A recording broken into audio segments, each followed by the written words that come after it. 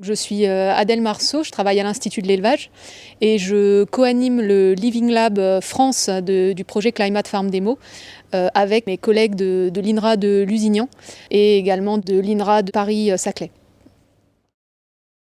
C'est quoi un Living Lab? Un Living Lab, la façon dont on le définit aujourd'hui, c'est un laboratoire vivant où l'utilisateur est au cœur des recherches et de l'analyse des résultats. Donc on sort du schéma un peu classique de la recherche qui travaille dans son coin et qui puis ensuite fait redescendre ses résultats sur le terrain. Là, c'est la recherche qui est au cœur du terrain et c'est les agriculteurs qui définissent les protocoles, qui disent les innovations qu'il faudrait mettre en place, qui analysent ce qui a marché, ce qui n'a pas marché. Donc ça, c'est la première chose. Et la seconde chose, c'est la notion de filière. C'est l'idée de mettre tous les acteurs de la filière autour de la table et pas juste de faire un groupe d'agriculteurs comme il en existe déjà beaucoup, y compris dans Climate Farm Demo.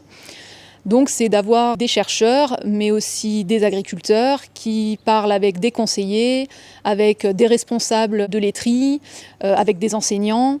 Et à terme, on aimerait aussi intégrer des citoyens aux réflexions. Donc c'est aussi le côté brassage culturel, entre guillemets, de faire discuter des gens qui n'ont pas forcément l'habitude de discuter, de parler ensemble, qui ont des points de vue parfois aussi très divergents.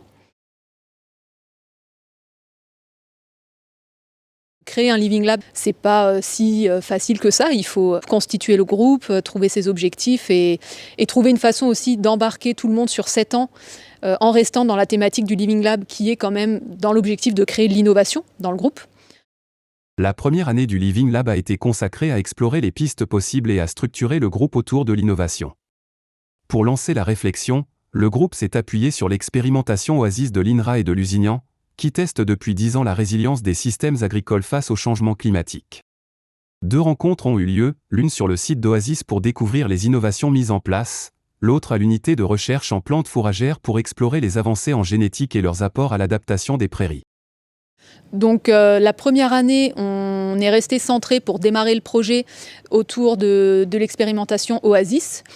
Et assez rapidement, la question est venue de c'est très bien Oasis, mais comment on transpose? C'est un système expérimental. L'INRA, ils ont les moyens de prendre des risques. Les agriculteurs n'ont pas ces moyens-là. Donc il y a plein de choses dans Oasis qui ne sont pas transposables en l'état ou pas à court terme. Donc comment on fait? Les prochaines étapes du groupe, c'est des ateliers de co-développement autour d'un éleveur du groupe qui a accepté de recevoir le collectif.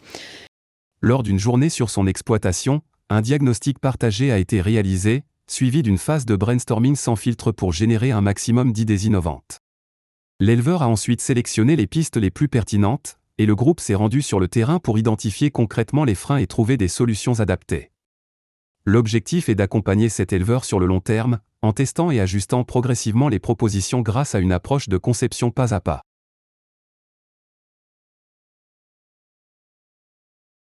Donc, un des challenges de l'animation d'un Living Lab, c'est le côté conception innovante. Parce que animer un groupe d'agriculteurs, c'est quelque chose qui fait partie de mon métier historique et ça, je sais faire. Par contre, animer une démarche de conception innovante, c'est pas la même chose et c'est pas aussi facile de faire comprendre ça à un groupe et notamment un groupe d'éleveurs qui sont un public qui sont très terre à terre, qui ont besoin de concret.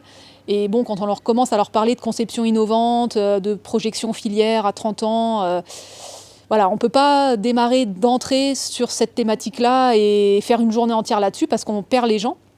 Donc c'est pour ça que les 2 premières réunions, on a mixé des thèmes assez techniques pour faire un petit peu la carotte qui fait que les gens vont se déplacer.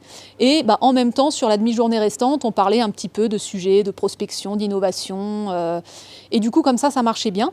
Un autre défi était de garantir l'engagement sur le long terme sans décourager les participants. Pour y répondre, le groupe est resté ouvert, sans obligation, et pourtant, les mêmes éleveurs reviennent. Et pour durer 7 ans, on se rend compte qu'il faut qu'on segmente un petit peu notre logique. C'est pourquoi l'approche a été structurée en 2 volets, une démarche concrète et progressive avec un éleveur du groupe, et une réflexion plus large sur l'avenir de la filière laitière à 30 ans en Ex-Poitou-Charentes.